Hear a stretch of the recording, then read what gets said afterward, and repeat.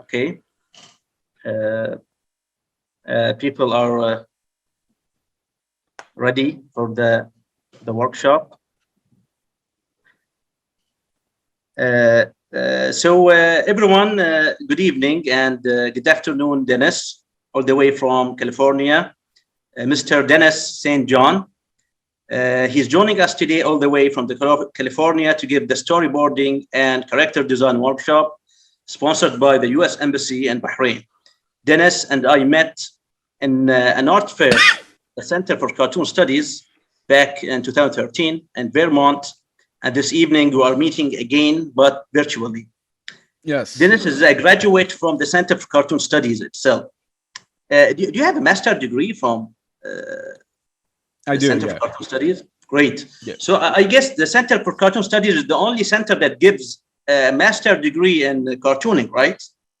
Now there's a couple more. There's one here in California, CCA, that gives a master's degree in cartooning.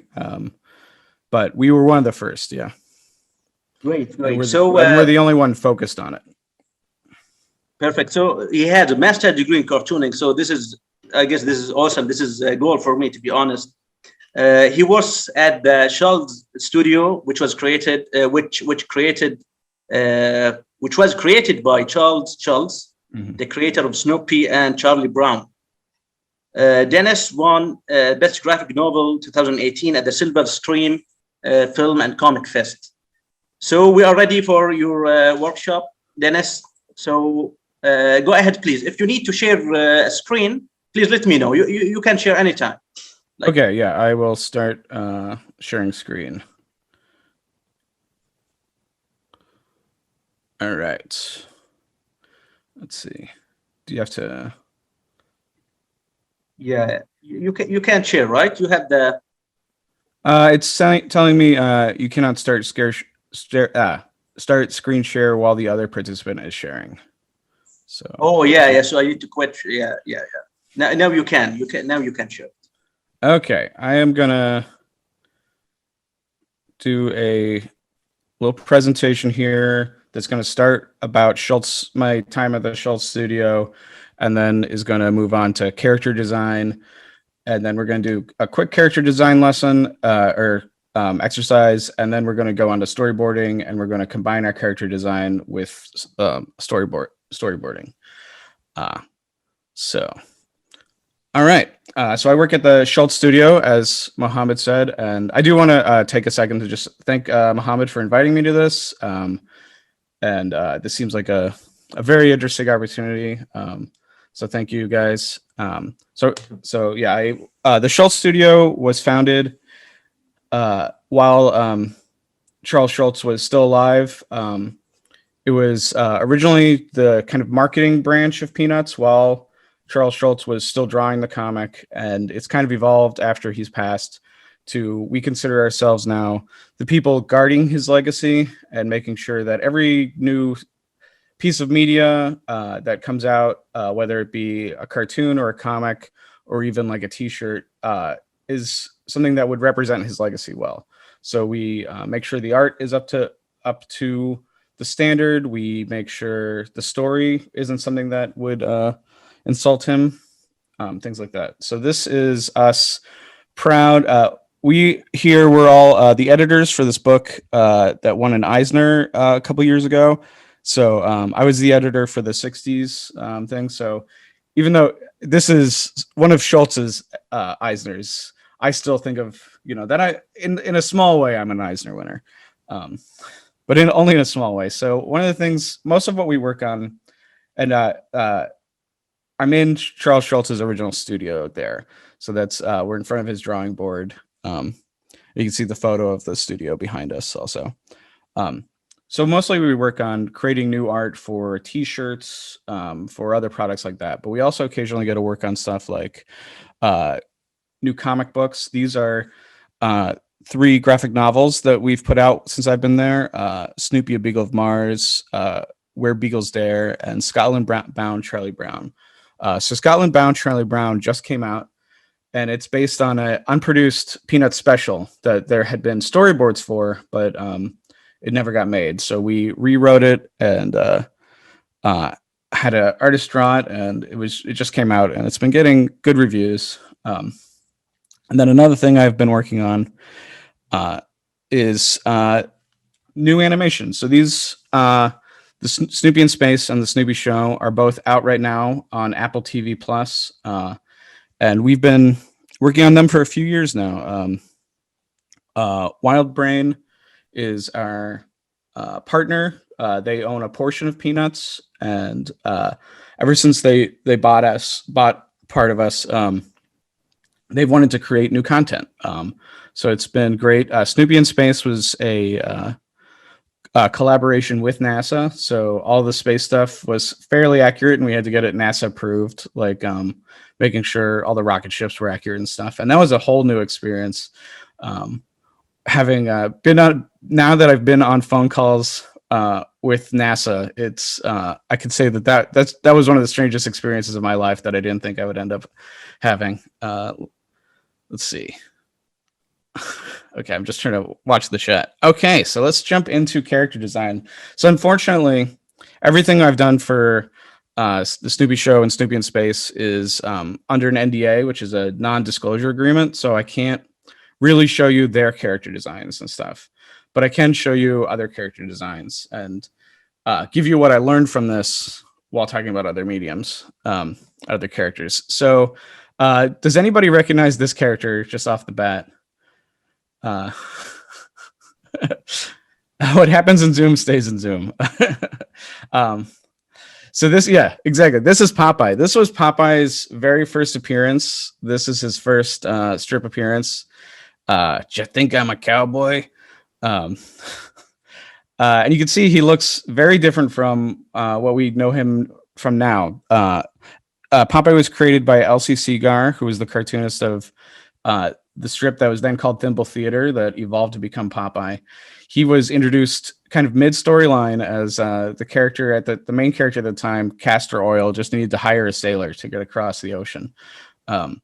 So over the 10 years that Segar, the original creator, drew Popeye, he slowly evolved and became the main character. And this top row is, I think, maybe the first year of strips of him. And then the bottom row is maybe at the end, this last colored one, this Sunday, is like the last year of strips that Segar originally drew. So you can see he's kind of evolved by this point. Everything that was there at the beginning is still there. He's got one eye, he's got his hat, he's got his pipe, he's got his big nose, but his chin has taken over. And everything about him has become simplified to the point where he's like now the character we recognize. And then the bottom tier here are things that happened after Segar passed away. So we have, this is the first turnaround that the Schulz Studio created for Popeye. So you can see they had to figure out what his basic shapes are. If you see on the left right here, I've been using my arrow wrong. If you see on the left, he's been broken down into basic shapes. They know how many heads tall he is. They know exactly what shapes make him up. And then they've done this thing I really like where on the sides they've shown different expressions.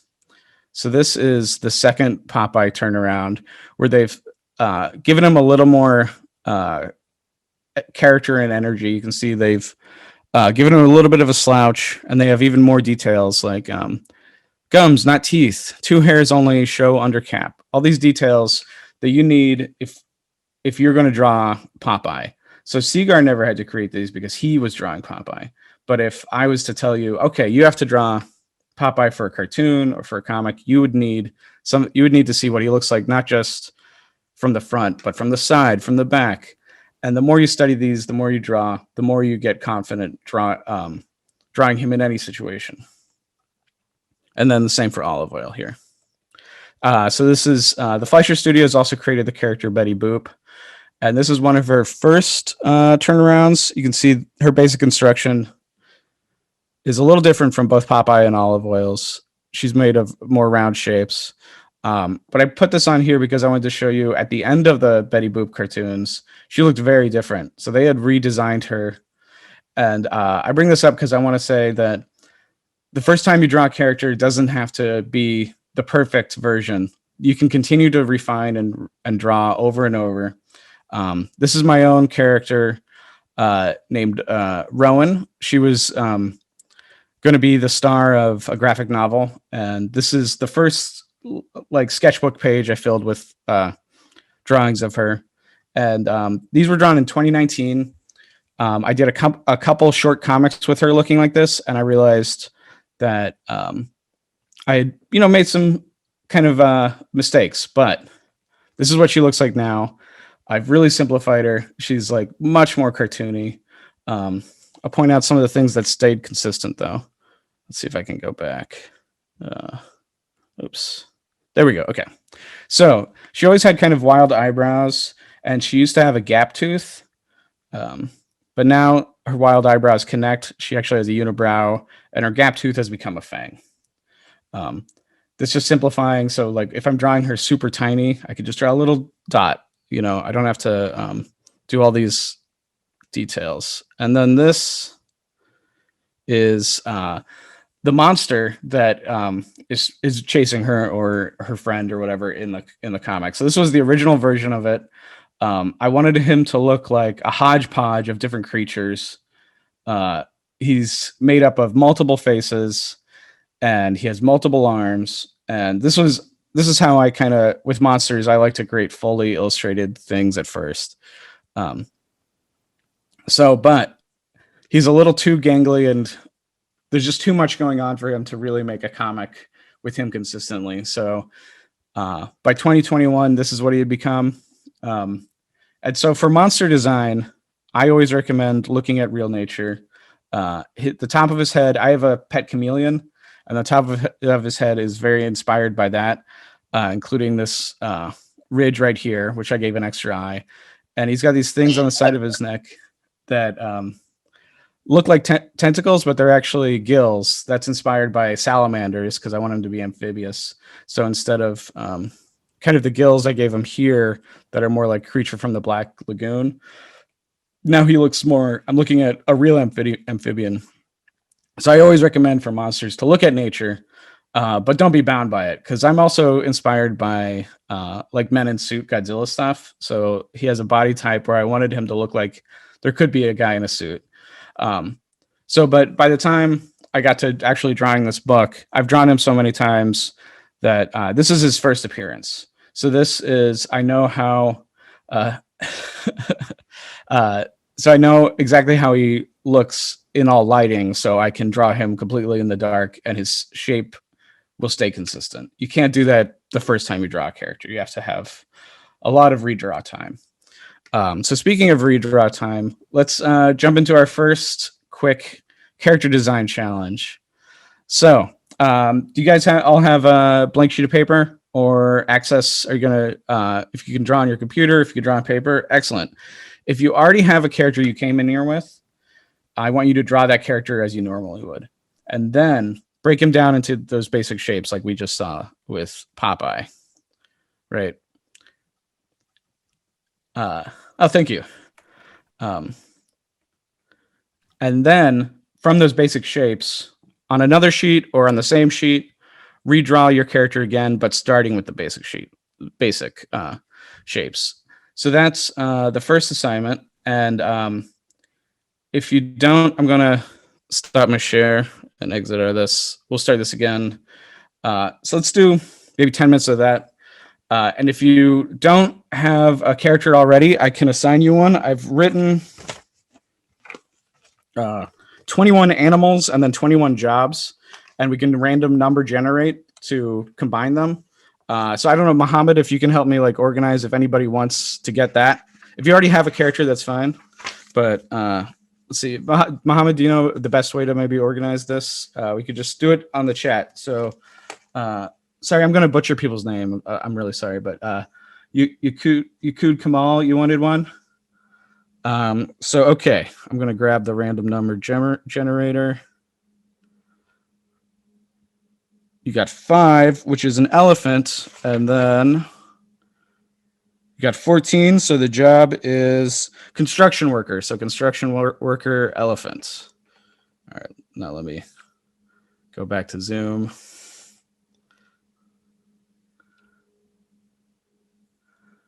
All right.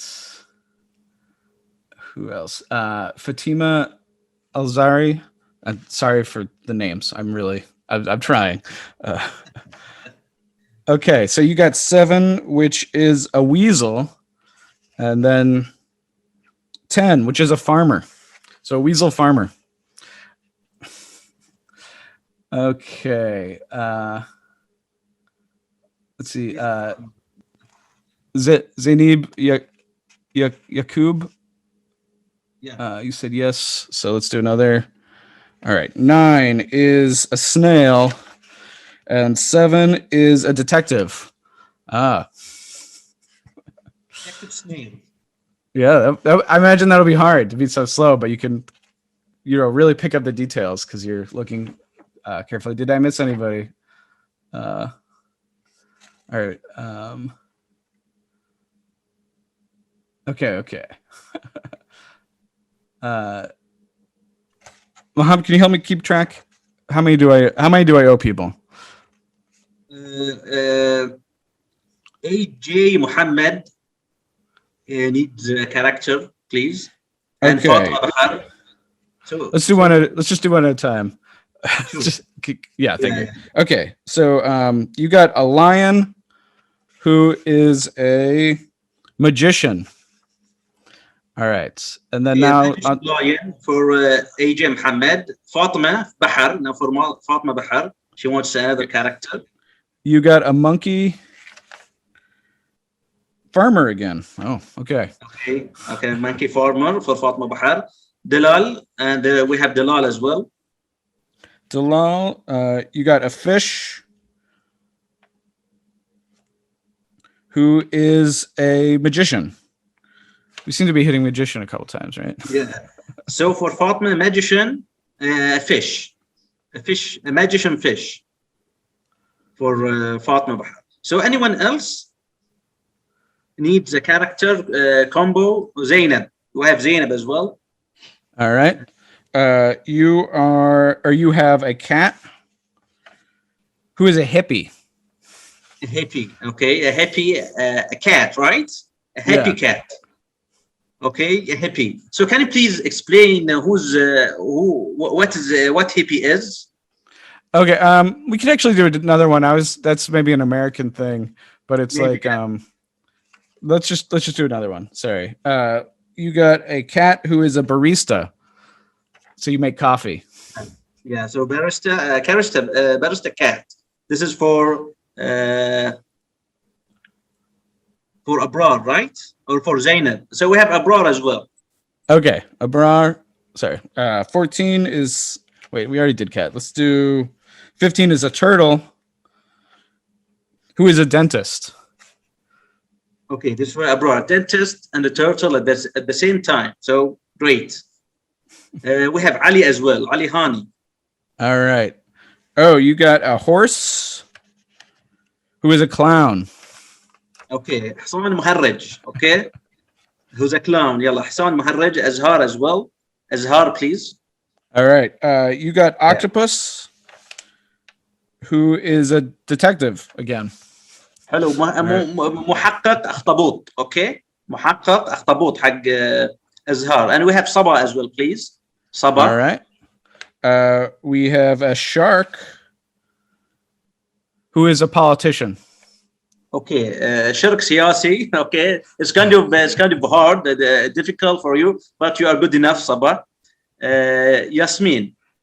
Okay, you already have a character, right? So Ayat al-Madi, we need a character for her as well. Okay, you got bat, construction worker. Okay, عامل خفاش عامل. Okay, great. And who else, guys? Fatima Abdul Jalil. All right. One more, please. Yeah. Oh, you get a camel who is a cowboy. A camel who's a cowboy. Okay, cowboy على يمن. Hello. Fatima al-Iskafi. We have one more, please. All right. You have a fish who is a scientist. Okay. عالم سمكة. Okay. A fish and a scientist at the same time. So Alim and Smitcher. Okay. Maybe you study So other fish. yeah. So I think for how long do we need to wait, Dennis, for them? Let's see. What's 9:50 my time here? We still have the storyboard stuff to go through. I think we can give people a good 10 minutes. And we'll just Okay. hang out. Yeah, and I can I answer think some those guys are questions. fast. So can you put the challenge again? Again, okay. He needs his character again, like another character. Can you put the Okay. challenge again? Yeah, please. All right. You have now a lion who is a superhero. Okay, Asad بطل خارق. Okay, Asad بطل خارق. Lion and a superhero at the same time. Okay, we have Muhammad Al-Malki as well. Please. All right.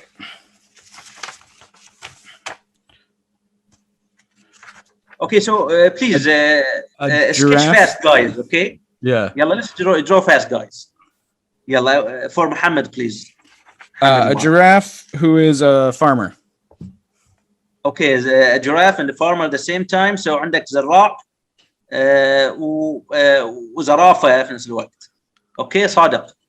Please, صادق عبد الله as well. All right. You got a snail.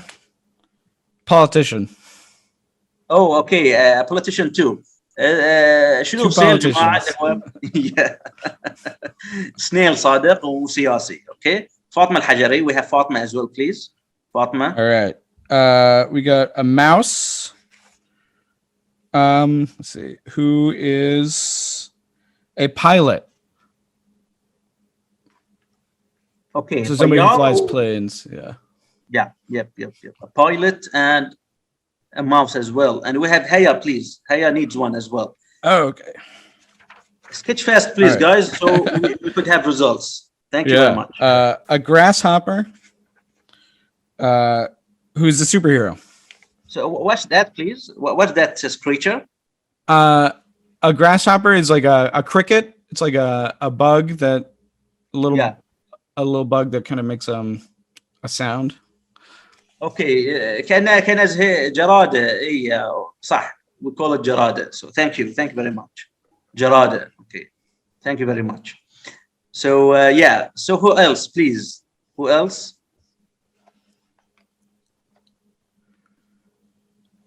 Okay, you see the challenge, guys? Yeah. Yep. Here, let's. And then, oops. Here, let me share again. Desktop 2. So I think they need to see the slides. Yep. Let me just play this again.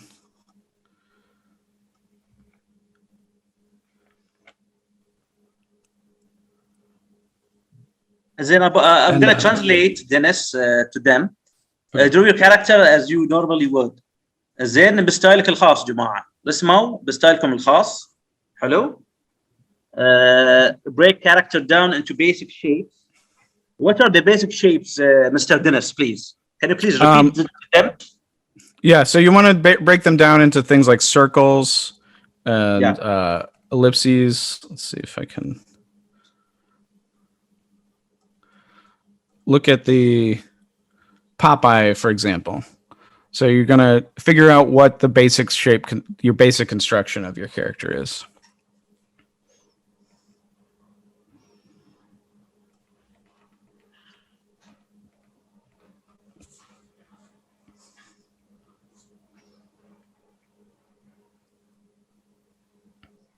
Okay, so redraw character starting with basic shapes and draw full turn around من كل الزوايا. Can you please again explain to them what do they need to do, please, Mr. Dennis? Okay, sure.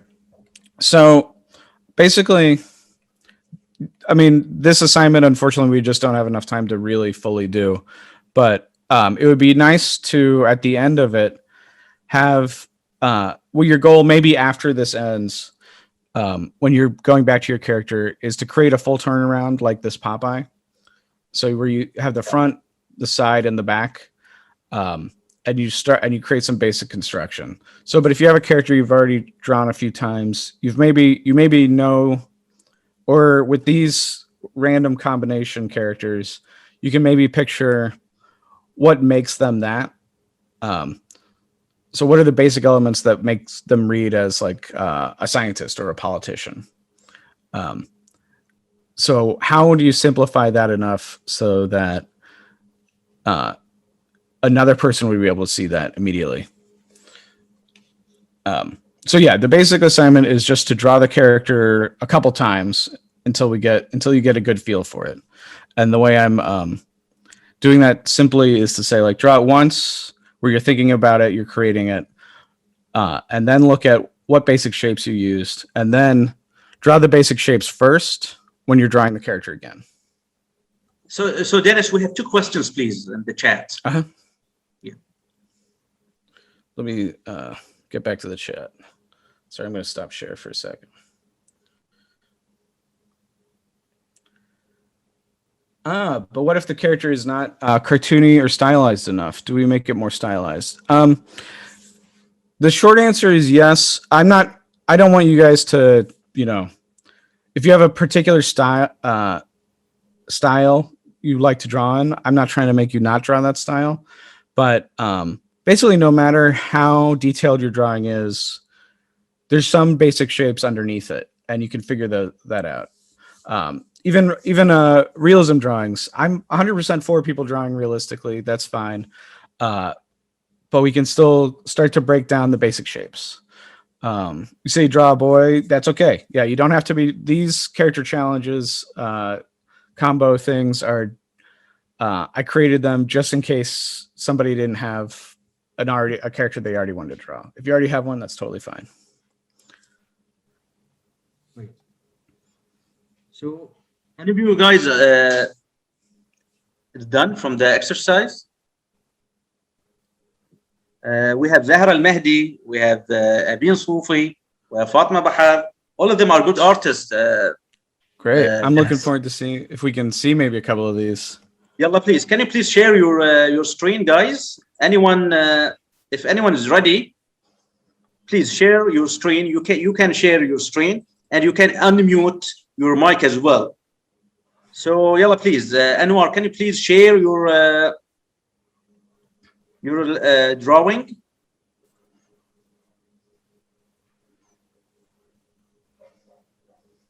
Yalla, anyone?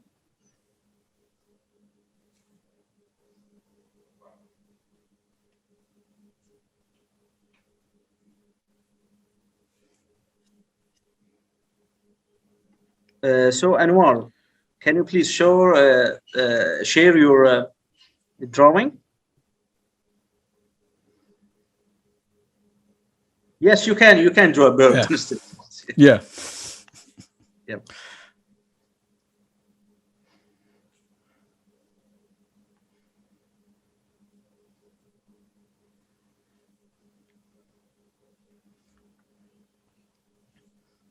So the basic idea of creating these turnarounds, they'll help you when you're redrawing your character, but they're most helpful if you're going to do animation, which this is vaguely, turnarounds are mostly for animation. So if you're going to do animation with a character you've designed, you need everybody to be able to draw it the same. It's really important that there's consistency in animation. So once a character turnaround is completed, you should be able to hand that to anybody. I mean, anybody who has talent, and they can recreate your character. So that's the basic idea of it. Great. So Yaqub, can you please share your screen? You are done, right? Please share your screen so we can see your result. I thought of opening the camera لأن سويتها على iPad مالي.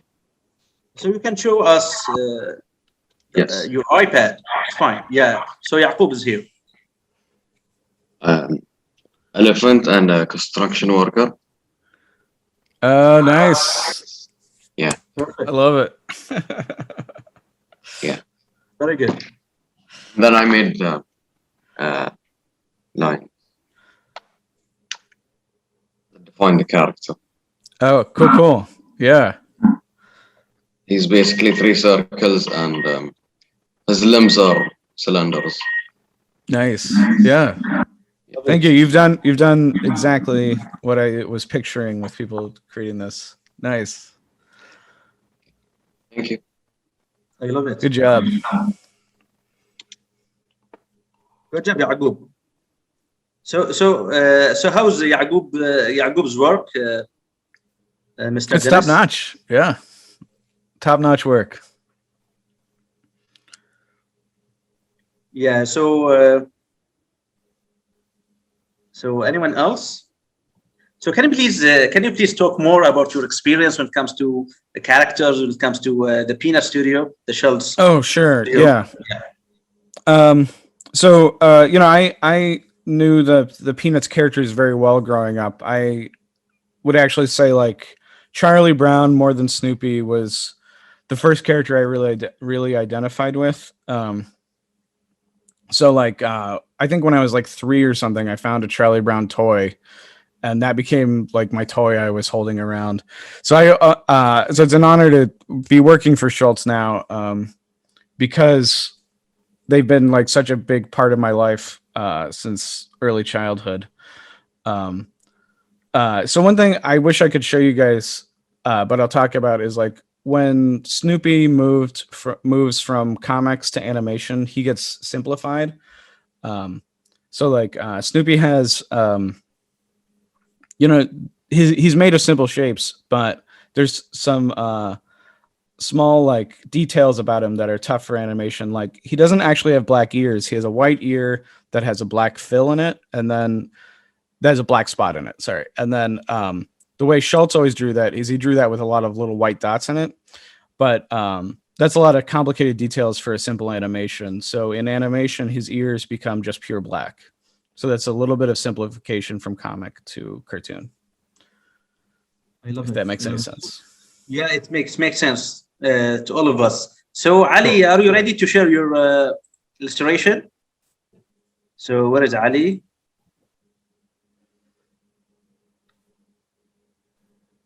I can't find Ali anymore. Yeah. So Ali is here. Yep. All right. So that's a horse clown.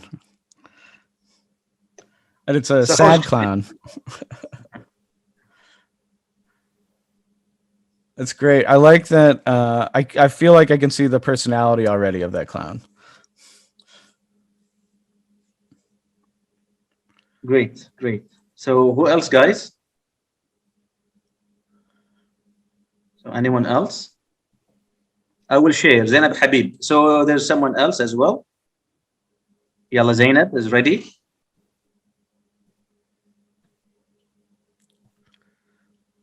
Hi, Zainab. Yeah. I just do something fast, very fast. Can you see? Oh yeah. Okay. Oh, so she's like a demon girl? Yeah. Oh, cool. And that looks very like anime inspired. Yes, I draw anime. Cool. Love it. Good job. So anyone else? So we could move on to the next, I guess, part of our workshop. Hi, guys. So Sabah. Okay, let's have Sabah and Zainab. Khalas, those two, and then we'll move forward. Only Sabah and Zainab. Sabah, yalla, please show us your work. Yeah, okay. I did it, but without colors because I don't know for Illustrator very well yet. Okay. Can you please give them some like feedback or like advice or something like that, please, Dennis? I'll try. I mean, I think everybody's doing well. I just want to see people be doing good art. Oh, nice. All right. So you got a shark. What was the shark? Is he a detective or a reporter? He was a politician. Oh, okay. So this guy's notebook. Cool. Yeah, and you're starting to do the basic shapes, which is good. Yeah, but I didn't finish the second part yet. That's okay. Yeah, this maybe after the workshop, if you want to continue drawing with these assignments, you can do it. Because I'm kind of assigning more than we can do in the little bit of time. So that's cool. Yeah, I would say, it's hard to define what exactly makes somebody look like a politician, right? What I would probably have done is like a suit. I feel like a suit and a podium make somebody a politician. Yeah, great. So Zainab, are you ready? So I probably should have done something more challenging or gotten a randomly generated character, but this character is my persona character, which I've been drawing for years. It's not very clear, but then I created some shapes. Okay, cool. I can't see it very well, but it looks like you're beginning to do a turnaround for the character. I made it into shapes and then I redrew it with the shape. Cool. Okay, great. Not very clear. I'm sorry. It's okay. That's how this works. Maybe so let's move on, I guess. Let's move on with the next part or the next. I finished my. Can I share it? Okay. The last one, Okay. please. Okay. It's a cowboy camel. Oh, nice. Love it. I Cool. made him into a camel mixed with a human body. Yeah. Cool. And the hat helps to identify as a cowboy. Yeah. Cool. All right. I'll start the storyboard presentation.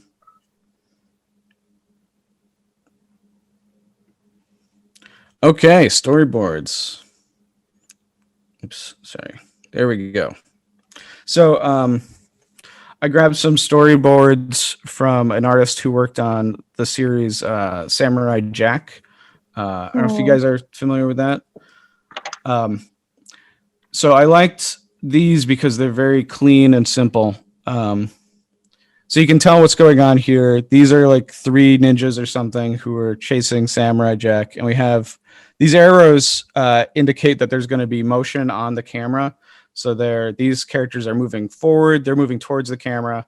And then the next shot is an establishing shot where we see Samurai Jack. We see him in his environment. So establishing shots are like really important for storytelling because you need to have your character set in a particular place and time, right? You can't have just all close-ups like the first one because we just have no sense of where they are. Now we know they're in some sort of forest. It looks like it's snowing, but I don't know anything else, but I know that. So then we get the characters sizing each other up, and a lot of, information is just indicated through, there's no motion on these panels. We just see eye contact, right? And then this arrow indicates that there's motion. So Samurai Jack is running up this log, and then the next shows, they even wrote it down. He's running away from camera. So we kind of get the motion here. These are good action moments. So again, the camera or the arrows indicate all the action. So he's running, this other one jumps onto the screen, and then another one jumps on the screen, and this first girl takes a swing. More action. You see how he dodges. And this is a good setup and payoff where you see the sword or whatever it is on the first panel, and then you see the action in the second. So it would be more confusing for the audience if there was no sword in that first one. You would just see him ducking without knowing why. Okay, just more action. And I like these panels a lot because even though these are just panels, these are just storyboards, you never really get confused about the motion, about the action. This is why this guy I chose to look at, because he presents all this very clearly. You can almost see how this is going to be animated. You see it's a little twirly. So, okay. So the things I've wanted to point out on this are in the storytelling in storyboards. Arrows indicate motion. We need things to be set up, and we need establishing shots. Okay. So storyboards are. Did you guys all have a class from Paul Karasik, right?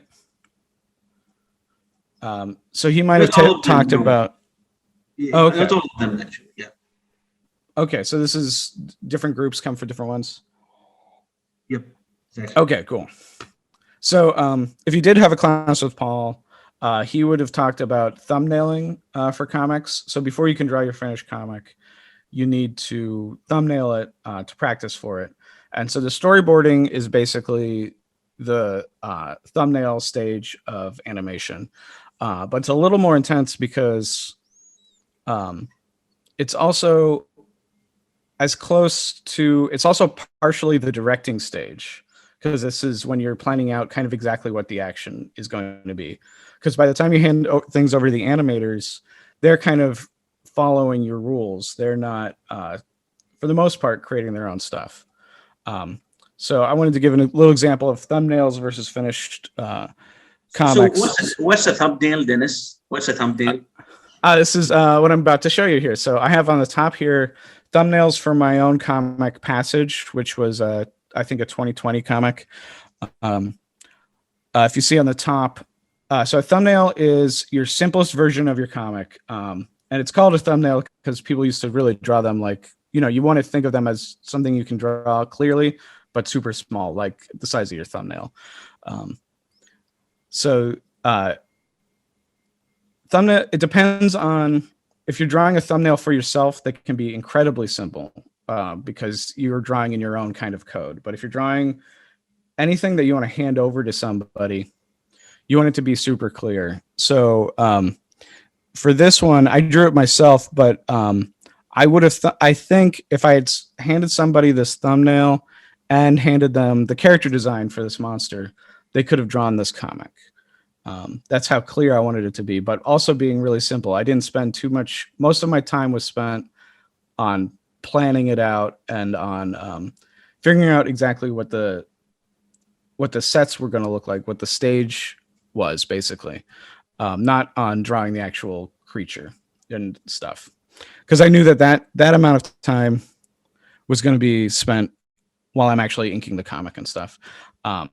So one of the things you have to figure out when you're thumbnailing is what the shape of every single panel is. And that's a little extra detail that you don't have when you're storyboarding. So thankfully, storyboarding is all pretty much the square or the angle or it used to be a perfect square for animation because it was like, your 4/5 of a screen, but now things are more likely to be widescreen. But anyway, it's always the frame of the television. So you don't have to worry so much about like, what is the size of every single thing? So in that little way, I think storyboarding is a little easier than thumbnailing. But it's a little harder because you're always drawing for somebody else. So these are storyboards for Super Friends, which was a cartoon when I was a kid. I don't know if you guys ever saw that. It was like the first kind of superhero Justice League kind of cartoon. But these were storyboarded by Alex Toth, who is an amazing cartoonist and worked in animation as well. And he also, you can see he also wrote a ton of notes for the animator to see, but he also did less arrows for action because this cartoon had a lot less movement in it. But instead, he changed the shape of the screen a little. So this thing where he combined the first 3 panels into one long pan. So that indicates that there's the character here who's looking over, the camera is going to move all the way to the end. So that's the camera motion versus the character motion. So character motion is indicated with arrows. Camera motion is indicated either in the way he did here with the pan, where he combined 3 whole panels, or at the bottom one that you can tell that's a zoom. So that's him using zooming the characters. It starts there at that long shot of the whole mountain, and then zooms into the two characters in the little dots.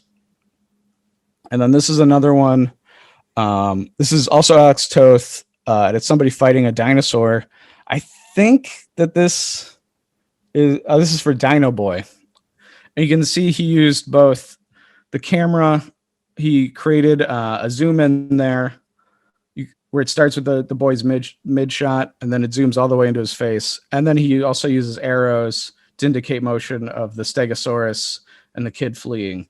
So that's combining both things, camera movement and character movement. And I wanted to talk to you a little about the art. So Alex Toth is an amazing artist. Not all storyboards have to be drawn to this level of detail. It's important that everything is clear in a storyboard, but the characters don't have to be perfectly on model. And the reason for that is the animators are drawing on model. You just have to make it very clear which character and which emotion. So in storyboarding, it's more important to make everything clear and to show the emotion than it is to draw perfectly well. And I want to show you this really crazy example, but I love, this is from a live action movie, actually. This is storyboards for the movie Knives Out. Did you guys see that movie? Ryan Johnson directed it. So this was the story. This was his storyboard. This is sloppier than you would ever see in animation, but in live action is okay. And for a first pass at storyboarding in animation is even fine. If you guys want to draw stick figures when you do your storyboard challenge, you can. Because this totally indicates what's going on. So this is the final shot, right? I love this because this is like, just as somebody who has to look at storyboards all day, some days, I love to see like somebody just obviously not a professional artist, but has the exact picture in their head of what they want the final shot to look like, and they did it. And in a way, I think this, because it clearly tells me what is happening, is better than something like this. This is real storyboards from Indiana Jones and the Temple of Doom, and they're beautiful. These are fully illustrated, but I don't know really what's going on. I think this is one of those things. Steven Spielberg is such a visual filmmaker. I don't think he necessarily needs live action is different from animation, but I just like these as examples. I don't think he necessarily needs the storyboards. So these storyboard artists are creating full illustrations, but I don't know if I could really tell if I hadn't seen the movie. These are supposed to be 3 consecutive shots. Sorry. And I don't know if I can really tell what's going on. They're on a cart, they look at lava, and then there's an explosion. That's what I get from that. I don't get anything close to what I see with this, where I can see all the action. So even though those Indiana Jones storyboards are beautiful, I think they're kind of a failure as storyboards. So that brings us to the storyboard challenge. So if you have a sheet of paper you want to fold into 6 squares, those are going to be your frames. And you're going to use the character you created earlier, and you're going to tell a really simple story. And that's, your character is looking for an important item. And that important item is up to you. If the character's a wizard, it could be a staff. It could be a leash if they're a dog walker, which was one of the jobs that never popped up. A dollar bill if they're a millionaire, which is also another one of the jobs that never popped up. Whatever is important to the character, they see it and they have to go for it. And as soon as they're about to grab it, suddenly disappears. But why does it disappear? That's up to you. Maybe somebody stole it. Maybe it's magical. I don't know. This is your story. But I want you guys to use an establishing shot like we saw with Samurai Jack, a pan shot like we saw with Super Friends, and draw all the action lines if there is any action in your story. So to go back, here's the establishing shot on the right. It's just your character in their environment. Action lines indicate movement. A pan shot, like you see here, shows the whole environment. This could be combined with the establishing shot. like the guy right there standing over it, that's also an establishing shot for him. What's the difference, Dennis, between the pan shot and the establishing shot? Oh, that's a good question. So an establishing shot just shows the character in their environment. It shows where everybody is. A pan shot shows the motion of the camera. So those are, you don't really this assignment, you don't really have to do the pan shot. I was just trying to create challenges for you guys. But if you want to show the motion of the camera as it moves like left to right or right to left, if you're into anime, it's more likely to move right to left.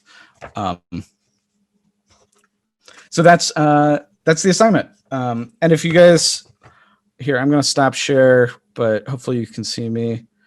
So I'm going to exit out of this. Okay. Sorry, it's a lot of flipping around. So if you're drawing on your tablets or something, I can post a link for where you can download storyboard templates. I'll do that right now. But if you're drawing on a sheet of paper, it's pretty easy to fold it into 6 squares. So you just kind of fold, I've already done it, but you just kind of fold sideways like that. And then you fold it like that. And that kind of creates 6 squares that you can then use a Sharpie if you have one to create the panel borders. This is all very loose. And if we were doing, if we were doing like a 3-day class, we would be more specific with this, but we're just doing, we're just doing this one workshop. So we got to speed through. So you create the panel borders using a Sharpie or, whatever thick marker you have. Start drawing like that. And that's your little action. So you're going to use your character designs that you've created earlier in this class. And if you get stuck or anything, we can help you talk through some of the ideas. Just 3 little panels on each tier. And I'll drop, if you're drawing online, I'll find a link to where you can grab a storyboard template. All right. Sorry, I got a lot of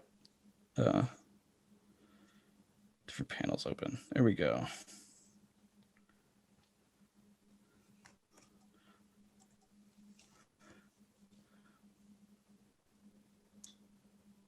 Okay, so okay, a pan shot is again where, let's say, I combined all 3 of these. I drew with another pen. I just basically mark that the camera is going to move all the way from here to here to here.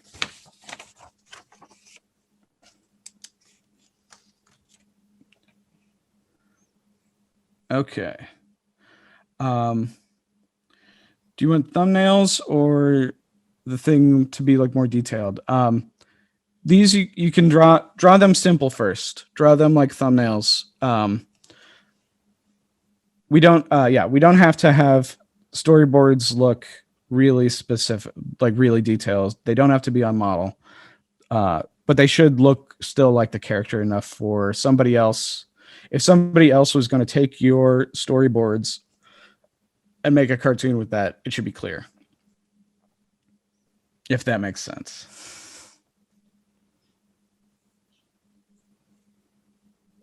Dennis, can you show us an example? Can you create something live for us, please? Okay. Well, yeah, I can try. Let me get some other pencils and stuff, and I'll be back. And I will draw along with this assignment on here. How about that? Does that sound good? Yeah. Can you do it on screen, or you don't have an application for that? Oh yeah, that's a good idea. Let me set that up. Let's see.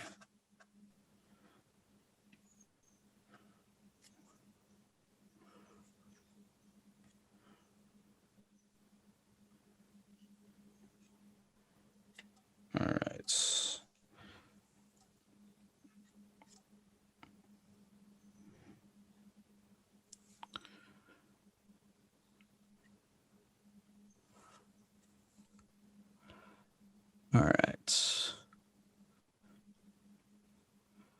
So I just opened up the storyboard templates in Photoshop. Let me create a separate layer.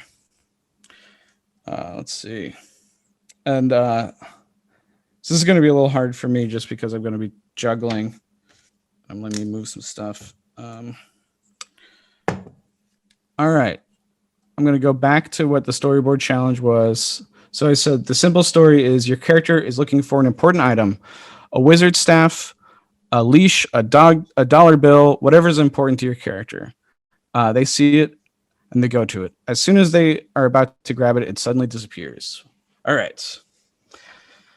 And I want to use an establishing shot and draw the actions and maybe a pan shot. Okay.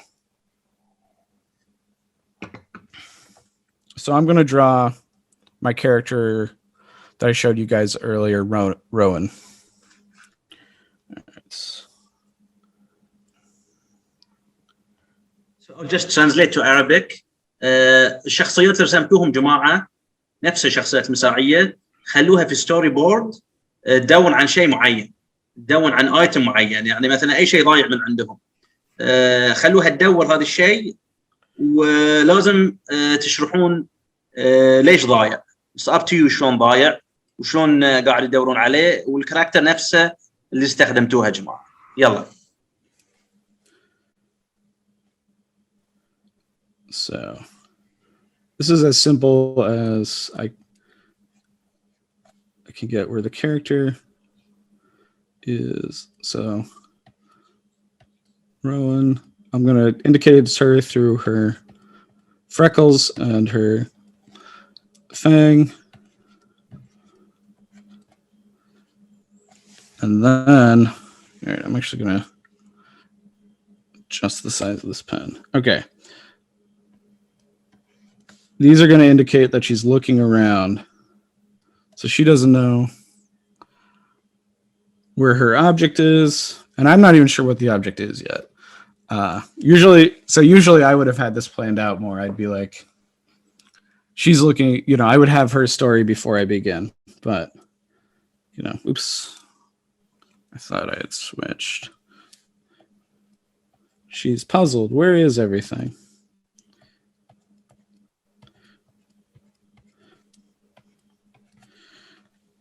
She doesn't know. And then she sees.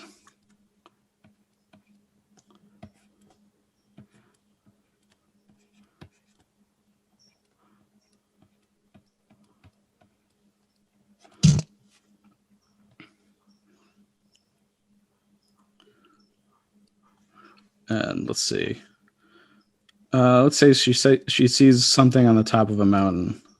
So it'll be like, I don't know how she has such good eyesight. And it's a snowy mountain, cloudy day.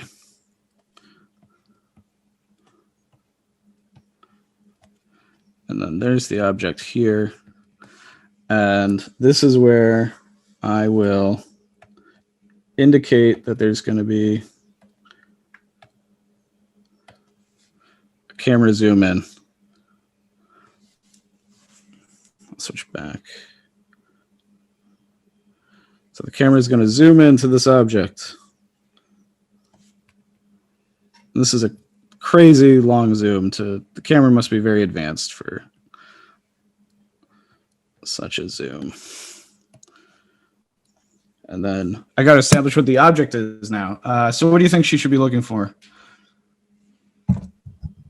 Can you write something? قاعد تدور على شنو هذه؟ Her cat, her phone. Her cat. Okay, yeah.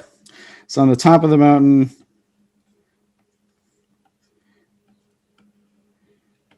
This is a terrible cat. Sorry.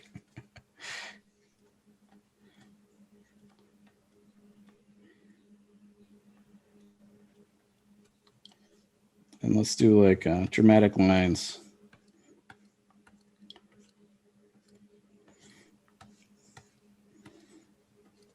Okay, so here we have, she doesn't know where things are. She looks crazy. Zoom in to the top of a mountain.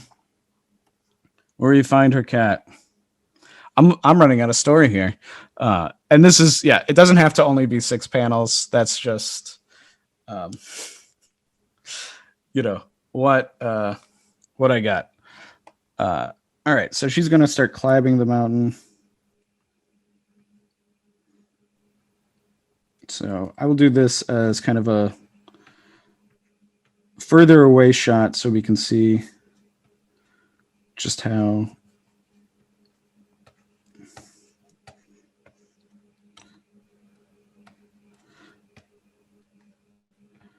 let's see. That's the snow on the mountain.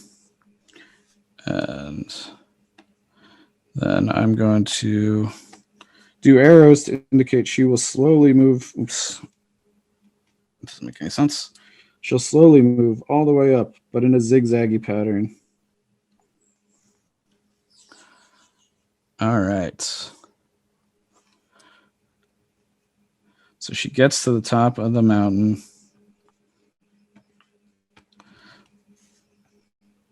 And let's show the shadow of the cat.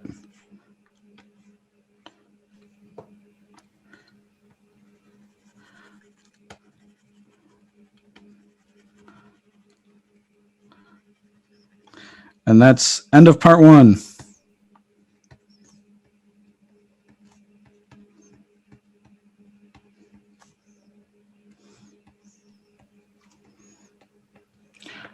And I just realized I have motion smoothing on, and that's why my drawings are so strange. Okay. So now I'm going to hide this layer, and let's pretend I moved on to the next page. So now we got the next story. I'm going to title this layer page 1. All right. Now a new layer. We're going to title page 2.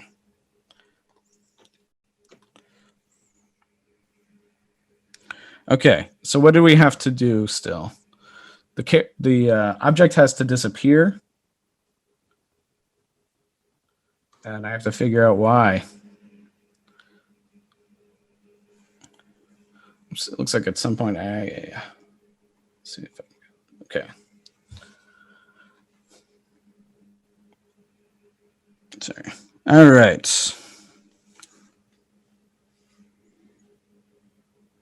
So she's going to be startled by that. So that's going to be another close-up shot of her reacting.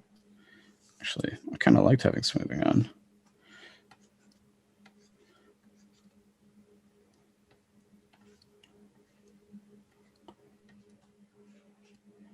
There's her fang, her freckles, give her a nose. So that's her reacting to what we don't know. Let's give a little bit more. She's still climbing up the mountain.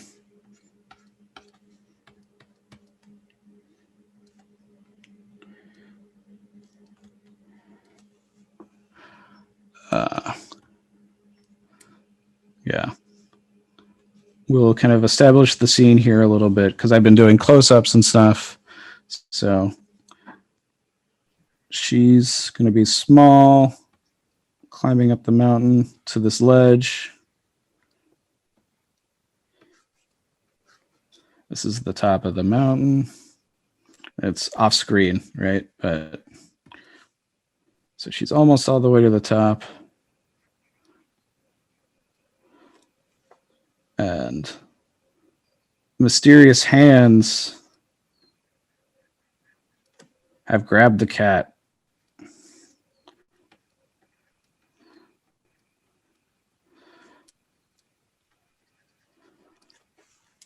And they're in shadow. And I'm going to use the arrows again to indicate they're pulling off screen into this cave. And this is because this looks like a little confusing. I might take this space if I was handing it to an animator to explain exactly what I just did. Because if you just saw this without me saying why I was doing this, this might be a little confusing, right? And yeah, if I was doing this for a job, I would definitely redraw this panel. Okay. So now the cat is gone. Let's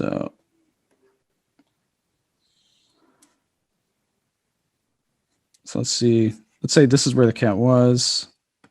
Empty. She's now all the way to the top, on top of the ledge.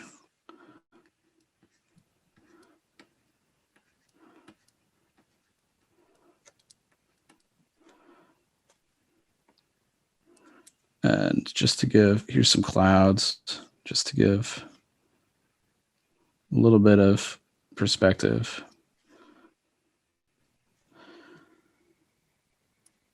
And I'm trying to match this little cave I created on this shot. So she has to go into the cave.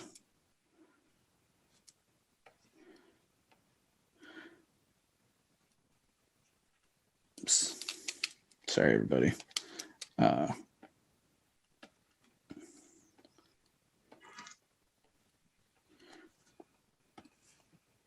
So we'll just, after moving, this is sloppier than, you can tell I'm not super great at thinking and drawing at the exact same time. We'll use the camera, the motion to indicate she's going to go forward. We'll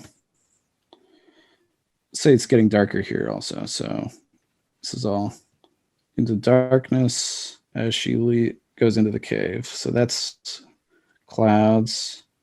We'll show rocks and stuff.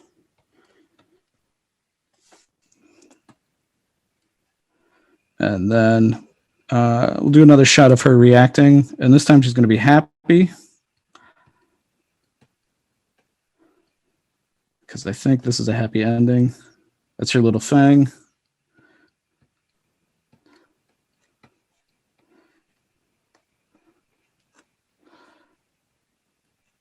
And the monster and the cat are having a birthday cake. So cat's here.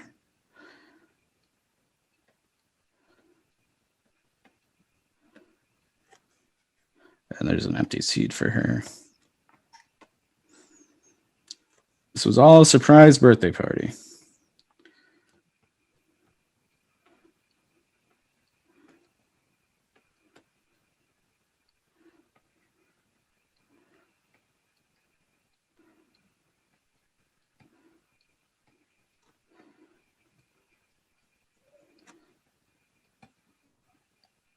He has 4 arms.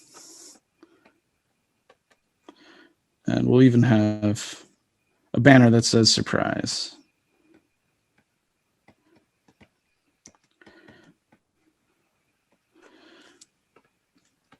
Let's make sure we don't lose sense of the ground. There we go. So a happy ending. All right, page 1. She's lost something. We go to the, you can, we go to the mountain. It's the cat. Climbs up. Almost at the end. She's about to find her cat. When suddenly, hands from off screen grab the cat. It's missing. She goes looking. It's a birthday party. It's a silly story. I don't know if that would get produced. But if I gave, I'm going to stop share screen. If I gave the animation department that storyboard along with the completed turnarounds for my characters, and then plus the character of the cat, and I would have to draw the mountain also, they would be able to animate it. So that's basically, storyboards are your instructions to your animator. We got one person ready to share. Okay, so let's start with the Zahra Al-Mahdi. Yalla, can you please share your work? 1, 2. Are you ready, Zahra?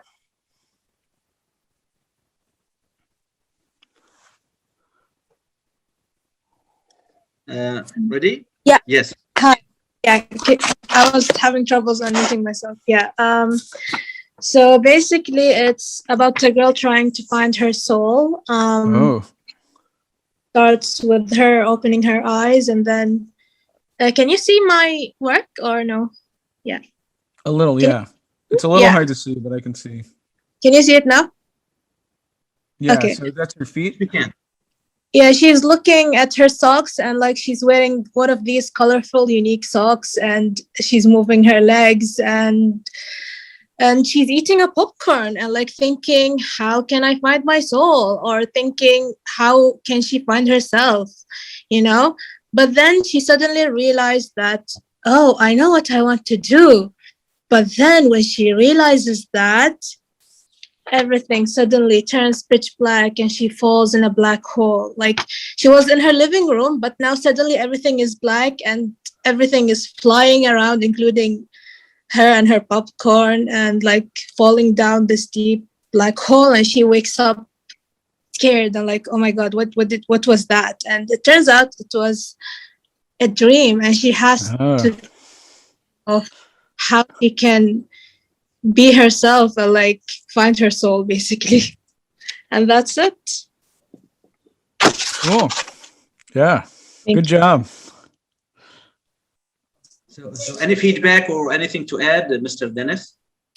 I mean, it looks good to me. You know, I think we're all you know, especially for drawing that quick. I saw you were drawing kind of more detailed than I was. I was doing like you know, just stick figures. So I think you're getting really, you're good at the drawing, definitely. I'd say there's a lot of, the one thing I'd say is there's a lot of close-ups, which obviously I had close-ups also, but you want to establish more of a setting a little. That's my like little bit of critique, but also it's a dream, so you don't necessarily want to give that away. So you don't want to show too much of your dreamscape or whatever. But it'd be nice to get a little bit more of a sense of where we are. Next is Yaqub. Thank you very much. Yaqub, your turn.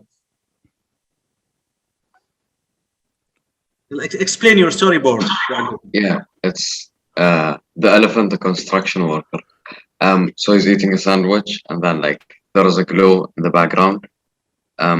He goes to check it out. So he goes to check it out. You can see him with the red arrow. He looks at it for suspense. Rumbles, which is basically the voice that, or the sound that elephants make. And then there is this hammer, which is like floating and rotating. And then in first person view, he's grabbing. I didn't finish. Cool. Yeah. I wish I could have finished it, but just keep going. I think we got the beginning of an exciting story, and I see you're establishing your sense of place well, and your characters are consistent. So this is exciting.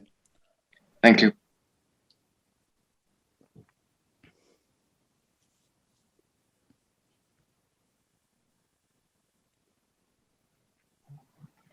Hello.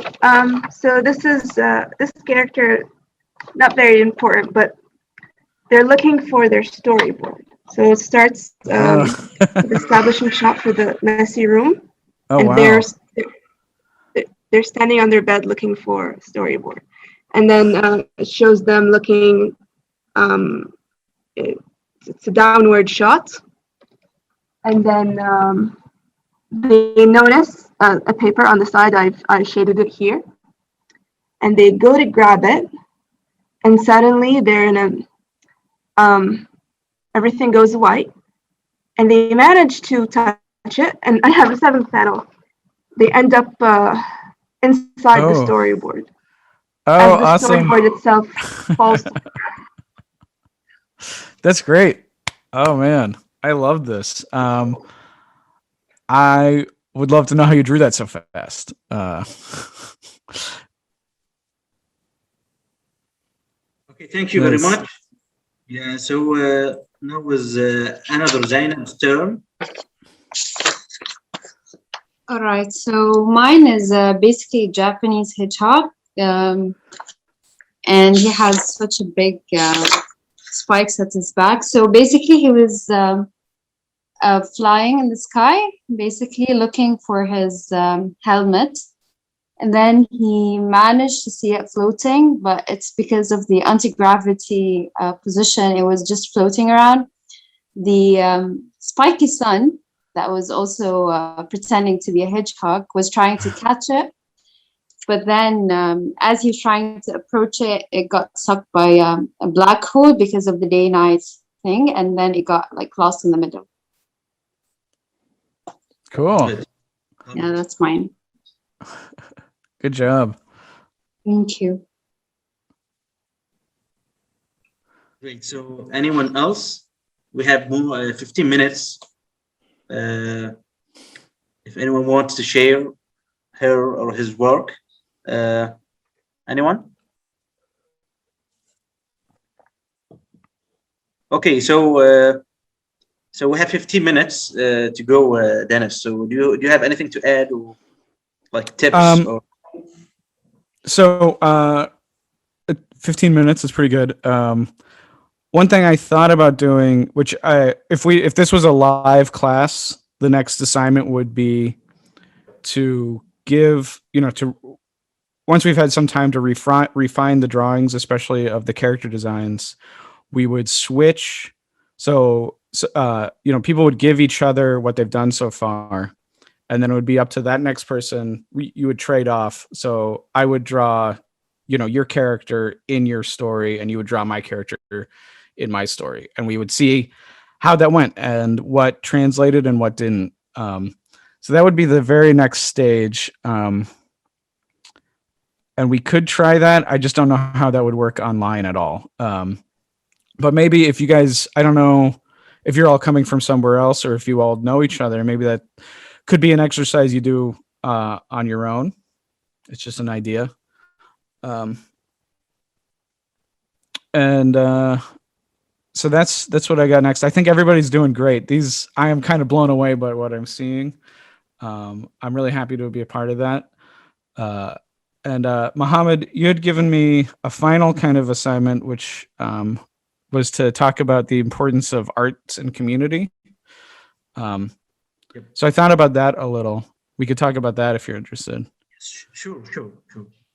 So actually, I met Mohammed in Vermont, and I live in California now, but I'm actually from New Orleans, Louisiana, which is a city in the south of America. Sorry, and it's a poor city. It's one of the poorest cities in America, but it's famous for its arts. And I went to a public school that was one of the best public schools in the city. And one of the things it did well was it funded the arts. So I grew up kind of with a sense of an appreciation for the arts and for what they can do for a community. I had a great elementary school art teacher named Susan Holman, who was an artist on her own. She was mostly a sculptor, but she would do these beautiful, kind of human figures. And I think what I've always taken from that is no matter where you are and stuff, art can be universal. So it's not just it helps us communicate with people we don't know, and it helps us connect our individual community, but our community in a larger sense of New Orleans is famous for jazz and it's famous for Mardi Gras and stuff, but the music created in New Orleans goes across this entire world, and everybody can feel something when they're listening to it, whether you're feeling the exact same thing the creators of it intended or not. You're still hearing the beat, you're still feeling it, and in that moment you're part of that music, right? So I think the same thing is true for comics and for animation. We saw Japanese hedgehog in this thing as an example, and it's like that. We're connected. When you're doing that, you're connected to a part of Japan, right? So I was thinking more, it creates this, arts can help you create this lineage throughout your life and throughout the lives of other people. And so that's what I got with that. I thought that is a large question. I think how does the arts connect you? I only had stray thoughts about it. I couldn't form it.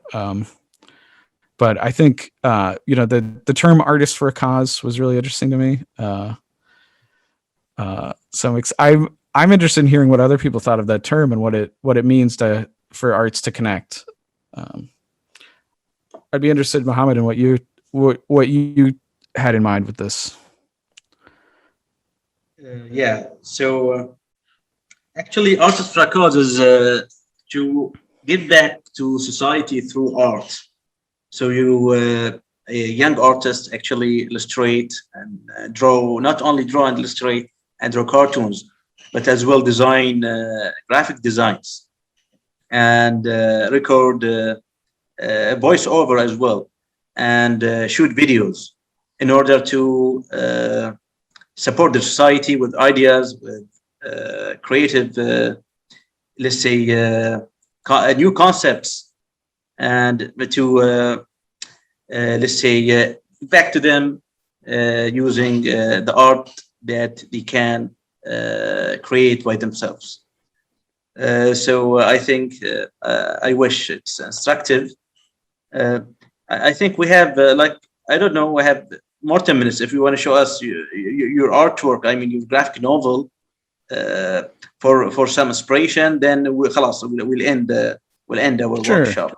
Yeah, please. Yeah, we can end with me showing some personal. I can show you some of the book I'm working on now. Let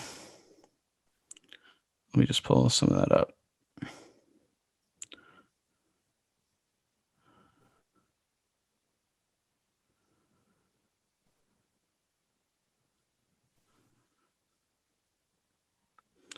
Okay. I'll open this. So I'm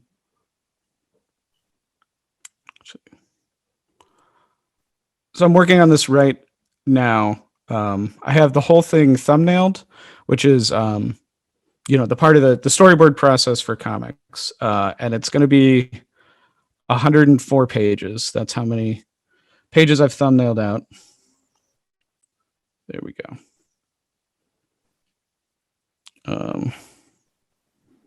Sorry, I'm having a little bit of. Let me quit preview here. But right now I don't have a publisher for it. I haven't started looking for a publisher. So it's right now just only going out to my Patreon supporters. But okay, this should do it.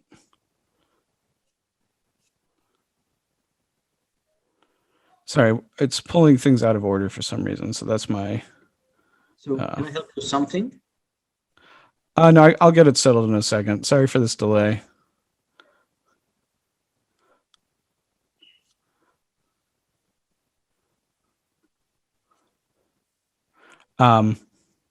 So to bring this back to even though this is like a monster comic, it's based around it's based around my brother who he's schizophrenic, and he was homeless for a while, and now he lives at a halfway house. So I thought, whenever you see somebody with mental illness in stories, they're always kind of portrayed cruelly. They're usually the villain, like you think about characters like the Joker in Batman or something. So my brother started living in a halfway house. The first thing he felt was like, am I a Batman villain because I'm like living in Arkham Asylum? So I wanted to tell a story that was about a homeless girl who saw something, but she's not a villain in any way, and we have like some empathy for her. So that's kind of the origin. That and wanting to draw monsters were kind of the origin of this story. All right, I will share screen again.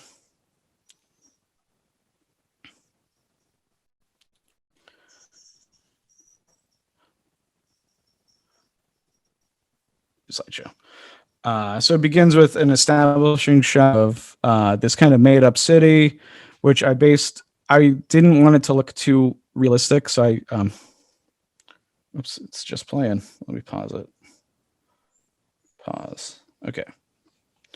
So I kind of based it on the city Stockton, California, but I drew it in a kind of purposely sloppy way where I didn't use rulers or anything. But, it starts with, I'm calling the cops. This is my bread. I came in here with it. Stop her. She bit me. And then she slips out of her giant coat. And we see the first little monster that she can see. What are you? What are you? Here, have some bread. But then the cops have already been called. We see a strange little monster who she doesn't treat as threatening or anything. So I also wanted to establish like monsters aren't necessarily scary. And then we go into this thing of how she's living in the woods, but she doesn't have a coat. I mean, she doesn't have a tent, but she lives with her big coat, so it's fine. And this is when she sees her first giant monster, and is immediately tackled by the police. So this is, I don't know, the bread thing where she's carrying around a piece of bread. That was based on when my brother was homeless. I tried to help him with stuff, but I'd find him on the street and he was always carrying a bag of bread that he would get from the church. They would give him like a loaf of bread every day. So then here's the title. Yeah, I have a question for you, Dennis. So why monster? Why do you like monster this much? Oh. Why are you like very much obsessed, let's say, with monsters? Yeah. Why? That's a good question. I think I've always, part of it is if I'm going to be drawing a graphic novel, I'm going to be drawing 104 page, I'm going to be drawing 100 to 200 pages, right?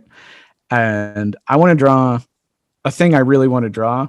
And drawing humans is okay, but if I'm putting this much time and energy, it has to be like something exciting to me. And that's monsters are cool to look at is basically the thing. But I've always thought monsters are interesting because, there's some basis in reality of like, a werewolf being like, oh, like wolves are cool. Let's combine them with humans.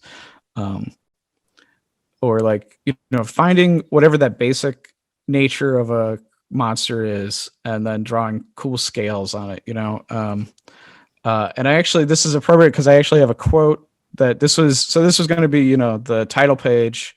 And then I get a quote. Monsters are poor creatures that can't exist in human society. And that's a quote from an episode of Ultraman. I thought it was poetic. And if you've never watched Ultraman, it's a super fun series. So, it's like similar to halfway between, I'd say, like watching a Godzilla movie and watching like Power Rangers is Ultraman. I don't know if that helps establish why I'm interested in monsters a little. What's your favorite kind of monster? I like scaly monsters a lot. So I think my favorites are the Creature from the Black Lagoon and Godzilla. Those are my top guys. I think monsters like Dracula are basically just evil humans. I want them to like not look human at all. So unlike zombies as well. So yeah, zombies are monsters, and that's part of what's scary about zombies, right? Is that they look like humans and that they used to be people So I get that zombie movies are scary. I like a good zombie movie, but I don't get a lot of like enjoyment from drawing like dead people. That's not because I'm drawing monsters, but I'm not drawing cruel thing. I don't want to draw like too much cruelty in my heart. I want to draw things that make me happy. So I think thank you, Dennis, for your efforts. Thank you for your 1 hour and a half of your time all the way from California. So I was writing the time using the Eastern time, which is 12:30. So thank God I was writing Eastern time, not only USA time. Yeah, I was able to translate. Yeah. And I figured you're dealing with a lot of other people who are on the East Coast, like Paul Karasik Yeah. on the East Coast. And Elliot as So well. I'm used to it. So, yeah, thank you very much, Dennis. Thank you very much. We appreciate your time and efforts and your instructive workshop. And people, if you have any question, please ask Mr. Denis using his email. Your email is Dennis Comics, right? Can you please write your email down, because people are interested to maybe contact you for any questions. Sure. This is my Yahoo, and I still use it because it is the same name as my Instagram and my Twitter, which are both Dennis Comics. And that's the best way to reach me is either through email or directly on Instagram. And I want to thank you, Mohammed, for inviting me to this and being patient when I would be bad about not responding to emails for weeks at a time. That's right. That's right. Honored you're a busy cartoonist, you know? Yeah. Yeah. Thank you very much. So thank you guys. Thank you for showing your art. I cannot say how impressed I was with it. It was really awesome. So thank you. I'm thank you very much. See you soon, Dennis, and thanks a lot. All right. Thank you. Bye. Bye. See you. See ya.